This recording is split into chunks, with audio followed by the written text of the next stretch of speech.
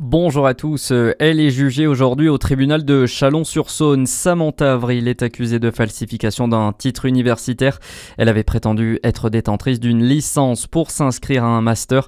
La prévenue n'est pas une inconnue de la justice. En 2020, elle avait été embauchée sans diplôme en tant que médecin généraliste à la maison médicale de Mont-Solémine.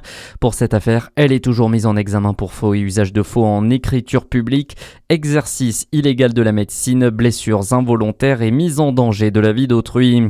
Près d'un millier de tracteurs sont attendus demain devant le Parlement européen. La mobilisation du monde agricole se poursuit après la signature du traité de libre-échange avec les pays du Mercosur, acté ce week-end au Paraguay. En réaction, une manifestation d'ampleur est annoncée ce mardi 20 janvier à Strasbourg. Plusieurs délégations bourguignonnes feront le déplacement jusqu'en Alsace, notamment des adhérents de la FDSEA et des jeunes agriculteurs de Côte d'Or qui rejoindront le rassemblement avec leurs tracteurs. Ce week-end, la coordination rurale de Saône-et-Loire a notamment défilé dans les rues de Chalon pour dénoncer selon eux la mort de l'agriculture française. Elle a rassemblé près de 1000 sportifs à la Toison d'Or hier. Succès confirmé pour l'Altaïa de Dijon. 900 personnes ont participé à cette course hybride qui mêle endurance et musculation. À l'instar de l'Irox, l'Altaïa est un enchaînement de courses à pied et d'exercices de renforcement cardio en solo ou à plusieurs.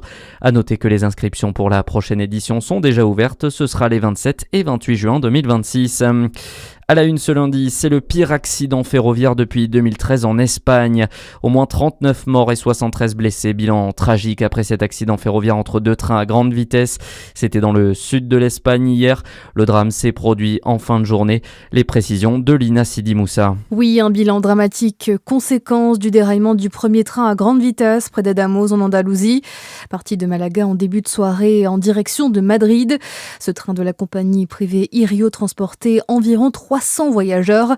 Il a ensuite empiété sur la voie adjacente, percutant de fait un autre convoi ferroviaire d'une centaine de personnes qui a également déraillé selon le gestionnaire du réseau ferroviaire espagnol. Un choc terrible qui a projeté les deux premiers wagons du second train Renfe hors des rails. L'unité militaire d'urgence espagnole a été déployée pour assister les secouristes.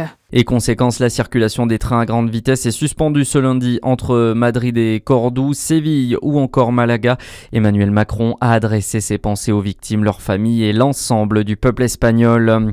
En France, les agents pénitentiaires en colère aujourd'hui. Ils sont appelés à débrayer partout en France pour dénoncer leurs conditions de travail et la surpopulation carcérale. Et face aux agressions, les syndicats demandent des moyens pour se défendre, notamment des bombes incapacitantes. Et on termine avec du handball, c'est la troisième rencontre aujourd'hui des Bleus à l'Euro. L'équipe de France fait face à l'un des favoris de cette compétition, la Norvège. Le coup d'envoi, c'est à 20h30. À suivre, la météo sur Fréquence Plus.